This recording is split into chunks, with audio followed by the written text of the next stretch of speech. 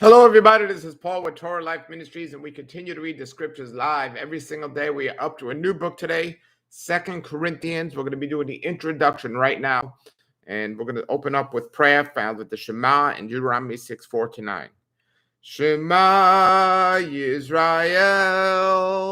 Yahweh Eloheinu, Yahweh Echad. Baruch Shem Kibo Mahuto Leolam Vaed. Hear, O Israel, Yahweh is our Elohim, Yahweh is one.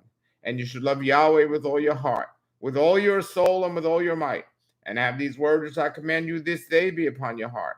And you shall teach them diligently to your children, and speak of them when you sit in your house, when you walk by the way, when you retire and when you rise. And you shall bind them for a sign upon your hand, and let them be frontlets between your eyes. And you shall write them on the doorposts of your house and upon your gates.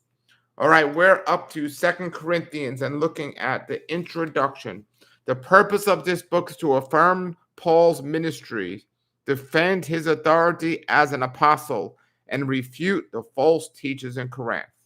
The author was the Apostle Paul, Brother Shaul, or Saul of Tarsus, the same person.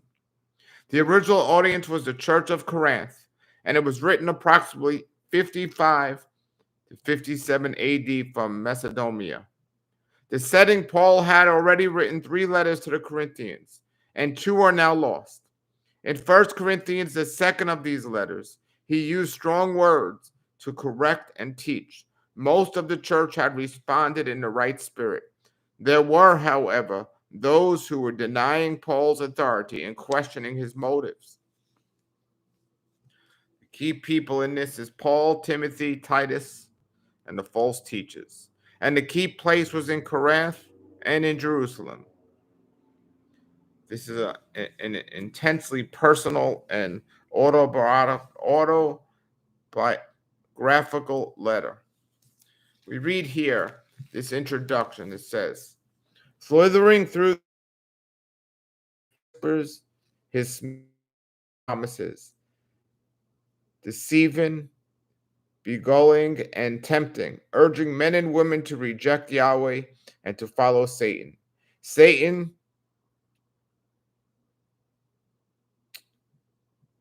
has been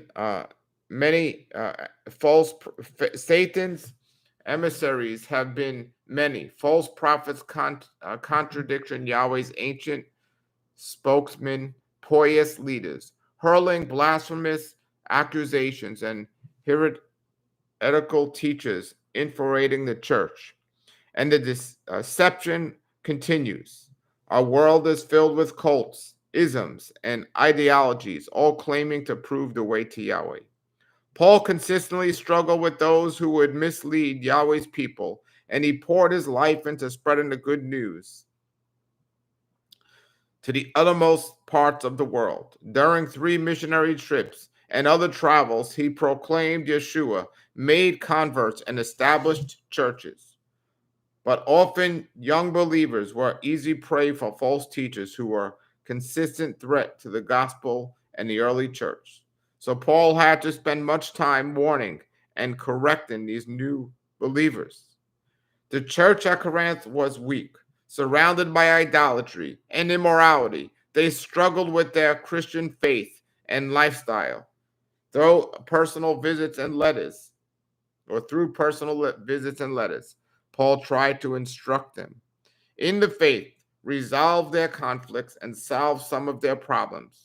1 Corinthians was sent to deal with specific moral issues in the church and to answer questions about sex, marriage, and tender conscience.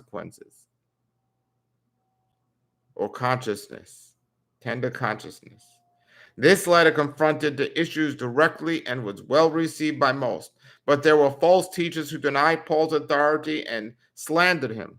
Paul then wrote 2 Corinthians to defend his position and to denounce those who were twisting the truth. 2 Corinthians must have been a difficult letter for Paul to write because he had to list his credentials as an apostle. Paul was reluctant to do so as a humble servant of Yeshua. but he knew it was necessary. Paul also knew that most of the believers in Corinth had taken his previous words to heart and were beginning to mature in the faith. He affirmed their commitment to Yeshua. 2 Corinthians begins with Paul reminding his readers of his relationship with them. Paul had always been honest and straightforward with them. His itinerary, he was planning to visit them again. And his previous letter, Paul then moves directly to the subject of false teachers, and he reviews his ministry among the Corinthians to demonstrate the validity of his message and urge them not to turn from the truth. Paul next turned to the issue of collecting money for the poor Christians in Jerusalem. He tells them how others have given, and he urges them to show their love in a tangible way as well. Paul then gives a strong defense of his authority as a genuine apostle, while pointing out the deceptive influence of the false apostles. As you read this intensely personal letter, listen to Paul's words of love and exhortation, and be committed to the truth of Yahweh's word, and prepared to reject all false teachers. The blueprint for this book, in the first part, is Paul explaining his actions from the first two chapters. And then from chapter 2 to 7, Paul defends his ministry. And then in chapter 8 and 9, Paul defends the collection. And from 10 to 13, Paul defends his authority. The themes in this book are trials, church discipline, hope, and giving.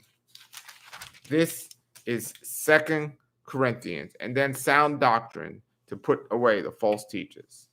Join me as we read the second book of Corinthians now here on our daily Bible reading. Thank you, and shalom, shalom.